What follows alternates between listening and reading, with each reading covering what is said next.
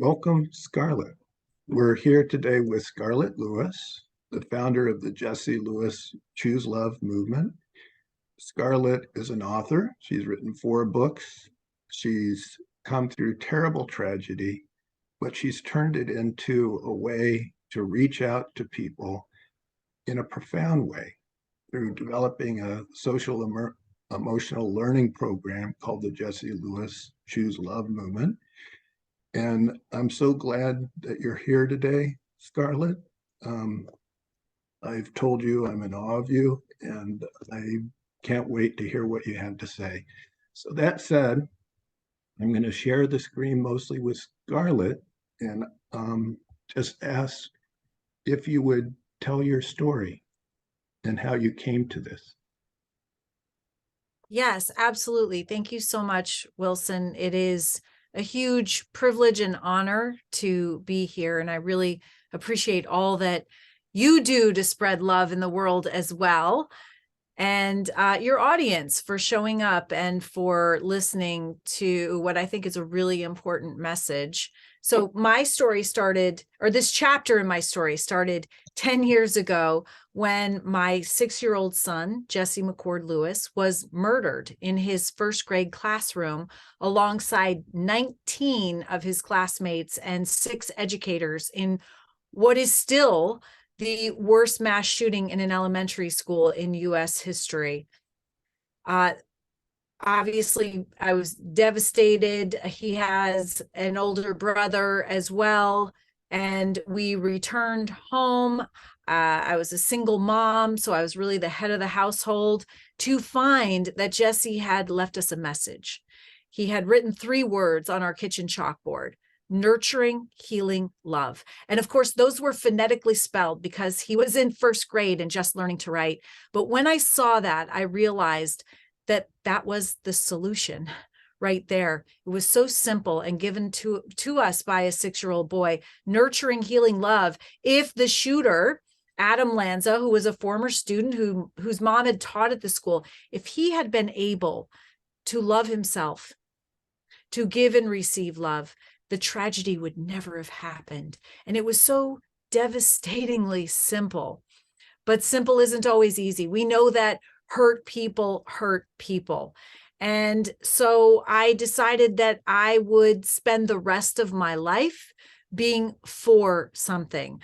I knew that I was modeling resilience for Jesse's older brother, who was 12 years old at the time. I knew that he was watching every move that I made, not just the words out of my mouth, but my facial expressions, my energy that was coming off me. And he was learning in that moment forward how to manage his own emotions, how to have the courage to face difficulty and roadblocks as they would come along in his life going forward. And I wanted us to continue to have a life of joy.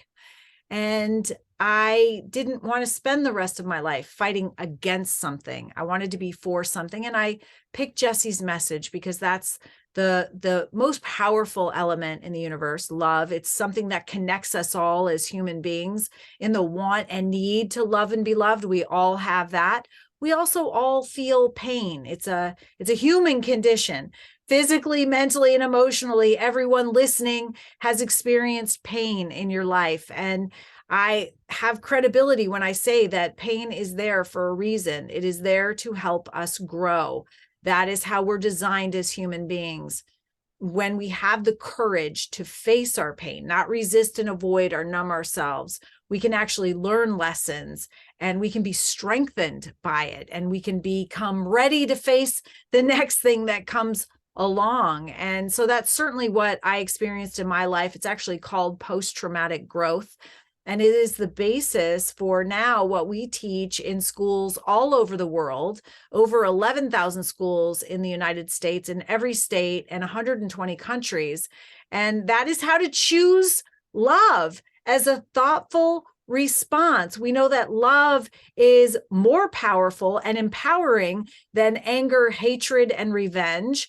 And turns out, when you have some skills, tools, and awarenesses, it can be a choice. in your life, regardless of the situation, circumstance, or interaction that you're facing in the moment. You can always choose love. And that's a very hopeful statement. And it's interesting because I didn't have these skills and tools when Jesse was murdered, but I developed them by helping create the programming for the Choose Love movement. And it's positively impacted my life and my healing. And I've seen it work transformationally, even saving lives in so many situations in the past 10 years. It's interesting, everything you said. I started to feel this energy come through to me personally as you were talking. And it's clear to me that you really have embodied that choice of love. It's very empowering because we each have our own ability to make that choice and to change who we are, how we're dealing with the world. And it reminds me of one of the Tibetan tradition for developing compassion has this phrase where it calls it turning hardship into the path, which is, I think you embodied that. You took hardship and you turned it, instead of retreating into the self-protective revenge mentality and hurt. Of course, it was there, but you transformed it into love. I was going to say that, I watched how other people reacted after the tragedy, and there was so much blame, finger pointing, fault finding, and a lot of it went to the shooter and his mom. And that just didn't work for me. I thought it can't be that easy, because if it was really all their fault, it would never have happened before and it would never happen again. But of course, it's now our normal in America that we know that we will have school shootings. We anticipate them and we've moved past them quicker and quicker. And so that can't be all Adam Lanza and his mom's fault from 10 years ago. So I realized in the moment, I have to take my part of the responsibility for this. This happened in my community, and I am responsible for that. And it was really the best thing I could have ever done for my own healing, by taking my part of the responsibility for what goes on in my community. Then I could be part of the solution. And we know that the opposite of the anxiety that so many people feel when they're watching these things go on in their communities again and again, and they start feeling helpless and hopeless and victimized.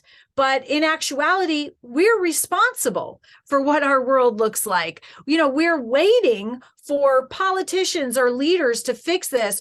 We're like hoping beyond hope that if a law is passed, it would fix everything. Well, I'm here to tell you, it's not. It's not. And our leaders aren't going to fix this for us, because if they could have, they would have. It is going to be up to us. And the most empowering thing that we can do as human beings is take responsibility for what is going on around us. When we do that and we take the first step in accountability, it is so empowering and it feels so good, and it strengthens you so much that you want to take the next one. And here I am 10 years later, and I just really, it takes courage for sure. And I always think about my son's courage on that day, Jesse, when he stood up to the shooter who came into his first grade classroom after having just gunned down his principal and guidance counselor right outside his door. He stood up to the shooter and he saved 9 of his classmates' lives before losing his own. And I think, wow, if he could do that at 6 years old, I certainly can take my part of the responsibility for what happened to him and do everything in my power to make this a safer, more peaceful and loving world. Now, can you imagine if we had people in communities, in families, starting to stand up, to speak out, to take responsibility? That ripple effect is tremendous. I know the ripple effect from my actions have now gone throughout 120 countries and all across America.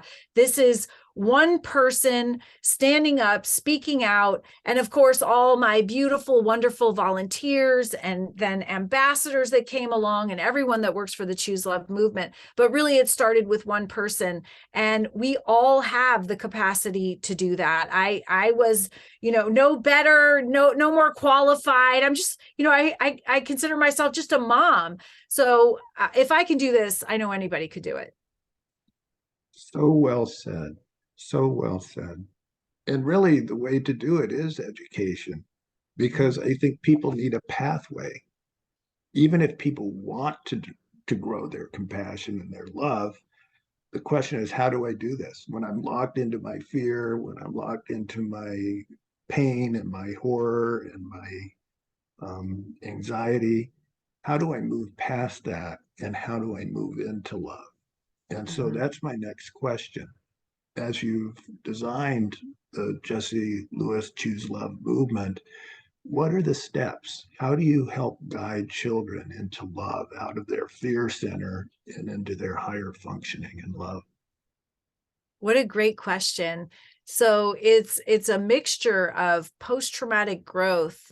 Technically, I'm giving you the technical background first. Character, social, emotional development, positive psychology, growth mindset, all on a trauma-informed base. And we use a powerful formula. And that formula is what I practice every single day, all day long throughout the last 10 years. When people call me for advice in relationships or at work, we always revert back to the formula. And the formula is this. Number one is courage. Courage is so important. It's what we practice every single day, all day long. And science tells us that courage is like a muscle. We can actually practice it to strengthen it. And think about it. You wake up in the morning and you have a choice how you're going to greet that day. Are you going to be grateful for one more day to serve?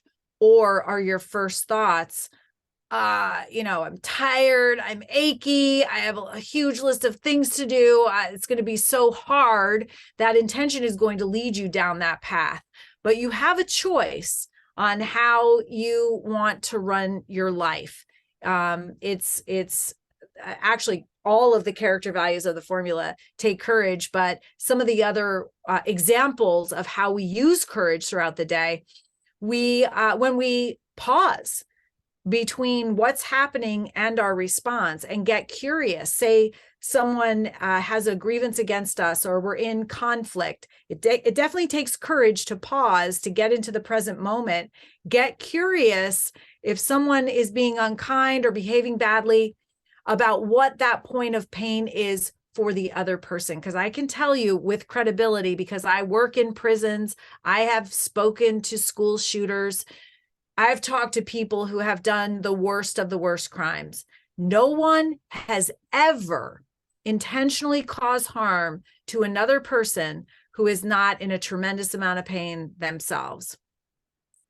Hurt people every single time. And if we could have the courage to pause, to consider somebody's pain, and to thoughtfully respond with love instead of defense, which is what our brain naturally wants to do, or even escalating things, then we would create a ripple effect with that as well. That takes practice, by the way, and I'm still practicing, but I'm getting better at it. The courage to do the right thing, not just what's easy, the courage to tell the truth, the courage to be curious about other people and other opinions, and to invite other people into our friend groups that maybe we wouldn't have, that could enrich our lives. This is all courage, and it is so important. So we start there, and we have a whole curriculum about courage for all age groups. And by the way, everything is no cost, because I know that this would have saved my son's life. And then we move into gratitude. And everybody's heard about gratitude, but if gratitude were a pill, I think that it would probably cure 99% of our ailments. Gratitude is so powerful, and there's so much research behind the benefits. In fact, most of the benefits, all the benefits, lead to greater happiness. And we know that this is a quote. I can't remember who said it. I think it's attributed to many people, but it's not happiness that makes us grateful. It's practicing gratitude that makes us happy. We use it in a little bit different way. In addition to the traditional way, we call gratitude the great mind shifter. So you know that through neuroscience and the way that our brains are wired for our personal safety, the majority of our thoughts are negative and repetitive. And that is natural, by the way. If your audience is thinking, well, that's me, of course it is, because that's how we're wired. But we can only focus on one thought at a time. So we can only focus on a grateful thought or a resentful, frustrated, angry thought. So when you're having those thoughts and you want to shift your mind because you have control over your thoughts, you can use gratitude. And then the practice of gratitude, and it definitely takes courage, because when things aren't going our way, we have to practice that. We have to be consciously aware of pulling things up to be grateful for. And there is always something to be grateful for. But that actually helps us in our resilience to face more difficulty that comes along. And it also helps us get ready to practice forgiveness. And forgiveness is the next character value. And I will say that this is probably the most important part of my personal healing. My choice, because it is a choice, to forgive Adam Lanza for what he did. And I did that through compassion, because I knew that he must have been in a tremendous amount of pain to do what he did. No one that's happy and well-adjusted and connected wants to kill themselves or other people. And of course, that came out in the final report, that he was isolated, neglected, bullied, and the list goes on. You would, if you read the report, feel so much compassion for him, despite the fact that our initial reaction to these things are monster, evil. We claim them that they are the bad guy, but I will say they weren't born that way.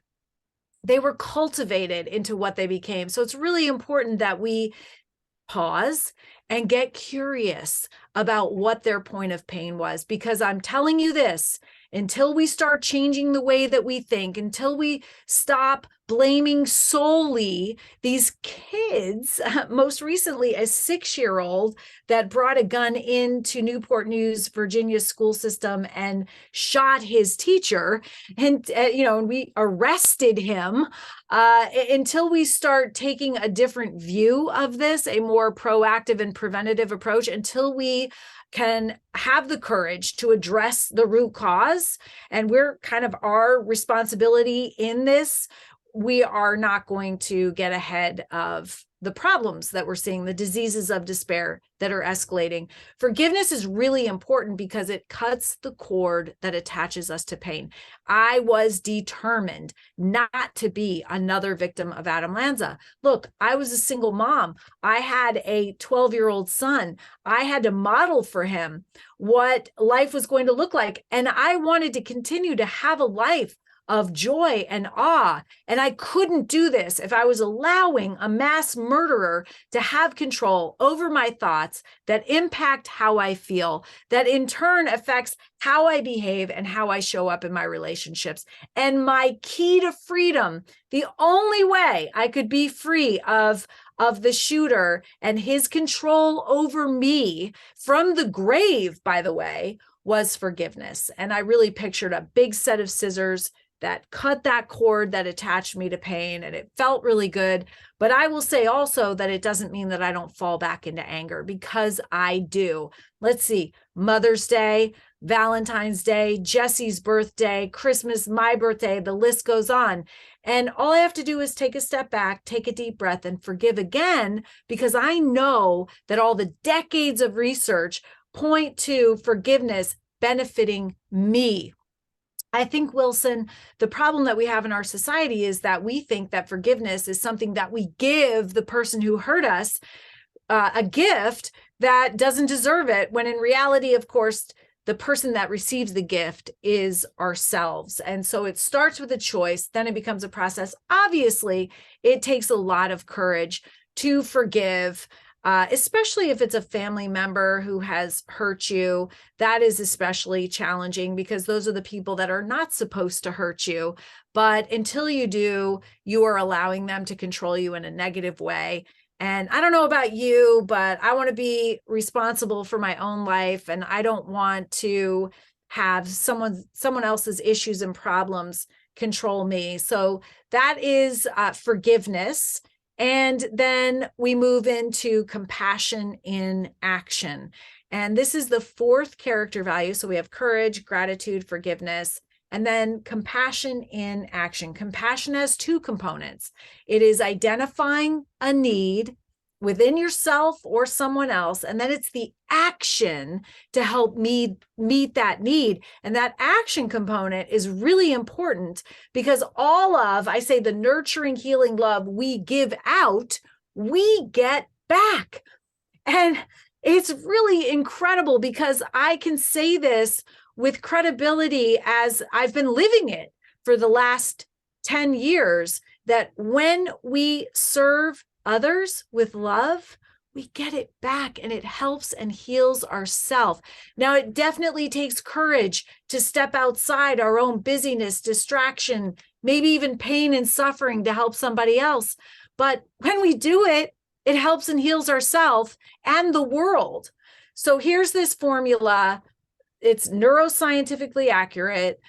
Having the courage, practicing the courage to be grateful even when things aren't going our way, to forgive even when the person who hurt you isn't sorry, doesn't care, may not even know, the courage to step outside of our own busyness and distraction or even our own pain to help others.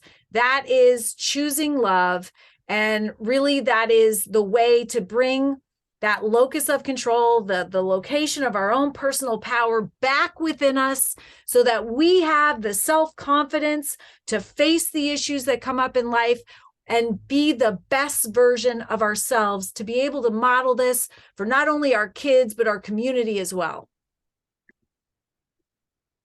Unbelievable. What I was thinking about along with everything you were saying is how in neurology, we do have a negativity bias. Yes. And one of the terms that's come up with what you were talking about is called the second arrow. The first arrow is whoever hurts us and whatever the situation was. And the second arrow is all the arrows we inflict on ourselves when we get stuck in that negativity and we can't climb out of it. And so you've given a very clear pathway out of that and back into being whole. And one thing that occurs to me is that the problem that's causing all this violence is really a society where we're following our negativity bias. And if people in all ways. I mean, even when we're trying to solve it, our negativity bias is leading us all the way back to the war on drugs. We're focusing on the problem. We're focusing on the negativity because that's how our brains are wired. So true. The way that we deal with mental illness, we just wait until there's a problem and then we deal with it, medicate it. Even school violence, we focus on the attack end, and that is a reactive approach, by the way. We're always a step behind. You saw at Uvalde, Robb Elementary School, that is not going to work. We have to start addressing the root cause.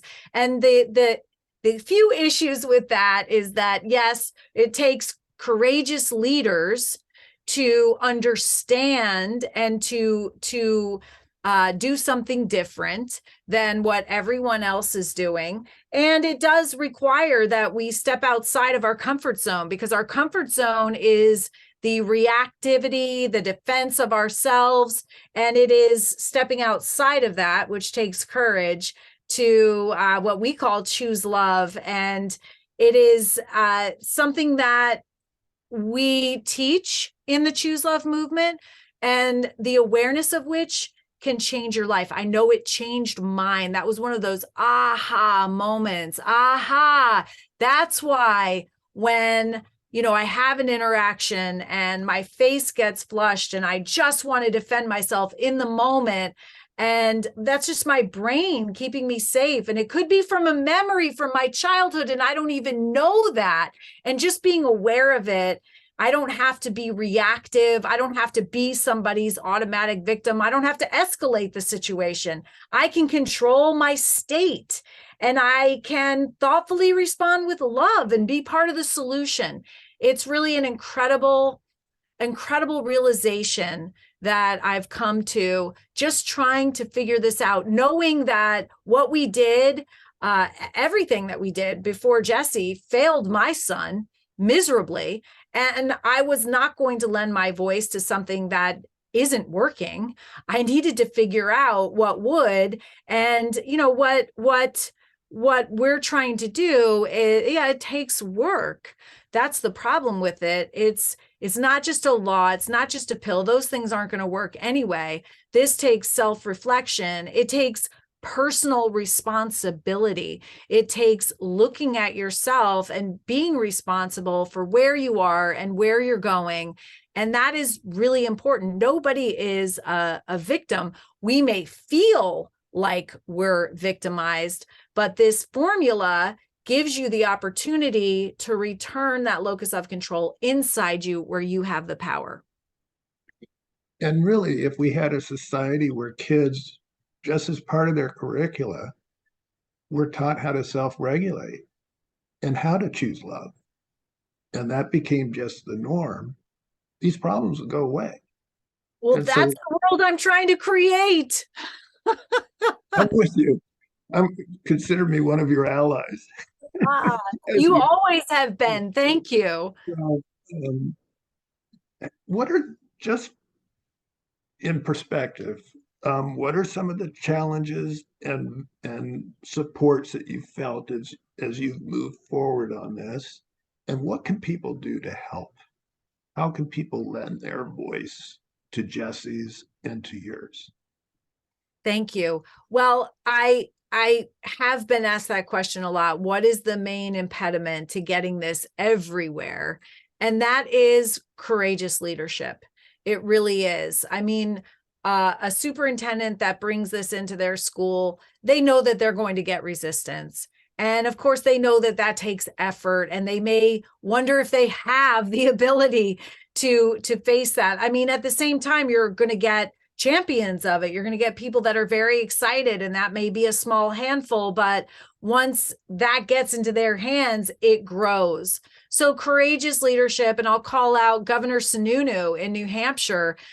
He used Choose Love as the backbone of his statewide school safety initiative, understanding that proactive prevention was as important as addressing the attack, and if not more important. And he hired a Choose Love director that works right out of the governor's office to help spread this message into schools. And it's now in governmental agencies, in foster care, with at-risk kids. And we just launched a prison program with the Department of Corrections with incredible results.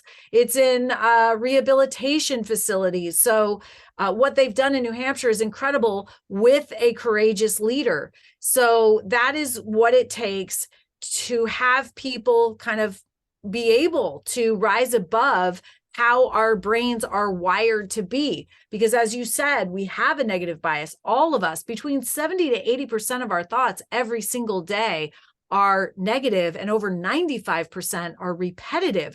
We don't even know this is happening. So we have this little voice that's telling us all day long, you're not enough. You're not good enough. You can't do this. And it's just trying to keep us safe.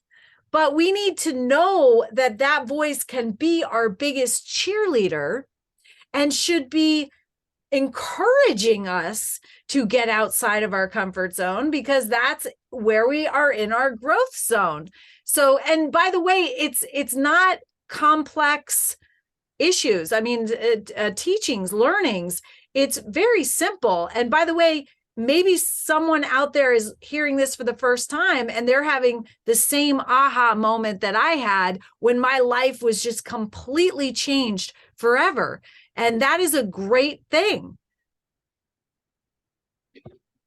Amazing.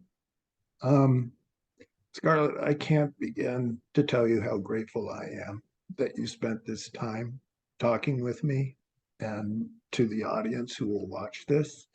I want to really emphasize this is an incredible book to read. Um, these are actually the words your son wrote on the kitchen. What was it, a Yes. whiteboard that he wrote it It on? was a no, it was a spray painted chalkboard, and he wrote nurturing, healing, love. I knew that that was my purpose on earth, that was why I was here, to spread that message. And I literally have done it 24/7 for the last 10 years. And I am so blessed and grateful to be able to do that. So I created this movement so that everyone could come together to be part of the solution. We're not going to solve the issues. We're not going to keep our kids safe if we look at it through a bipartisan lens. We're not going to do it as Republicans or as Democrats. We're going to have to come together. And I thought, what is the one most powerful unifying factor in the universe that we all have in common? That is love. And so I created this movement as a way for all of us to come together to address the root cause of all the suffering that I know about. You said something earlier, Wilson. You said, and I likened it to the quote, pain is inevitable in our lives. We're all going to face pain, but suffering is optional. Suffering is on us. We are not here to suffer, but we can cause a great amount of suffering for ourselves, and then we can pass it down to others. And I don't know any other way to break the generational cycle of dysfunction other than to teach these essential life skills, and everybody can get on board. Look, I wish that I knew all of this before Jesse's murder, but I know it now, and I want people to benefit from what I've learned and not have to experience my pain. I learned that I am responsible for my child's safety in school. So if I were a parent listening, I would make sure that your school has a comprehensive character, social, emotional development program, and doesn't just have it because Sandy Hook had it. It had never gotten out of the box, that it gets out of the box and that it's embraced and taught every day, all day long, because it's the most important things that kids learn, from learning to love themselves, to manage their emotions, to self-regulate, to make responsible decisions, to have healthy relationships. There's nothing more important. I would make sure that it's in your schools, and I would help us spread the message. We have social media. I always advocate to get off your phone, but we have social media. Tell your family and friends about the movement. Tell them about the message. Tell them to contact their schools. Make sure that their kids, I mean, you are taking responsibility for your child's safety if you approach your school and make sure that they have this programming in place. You can ask the other questions too about the hardening, but this is just as important. And you can, make introductions. For me, I'm spend half of my day meeting new people, new opportunities, new funding opportunities. Our programming is free, but running this programming is not. So if you wanted to donate to the movement, that would be very helpful as well. All I know is that we all have to come together to be part of the solution, and we are capable and able, but it's a choice that we make, and it takes courage. And I encourage everyone listening to be part of the movement. I'm speechless. Scarlett, thank you so much. Thank you Um, so much. you've helped me choose love, and let's hope Jesse's message gets spread everywhere. Yes. Thank you so The much. world could actually survive and be happy if We people can do just it. We can do it. choose love. It's not a If I can do partyless. it, if I can do it, Everyone can do it. Well, thank you so much.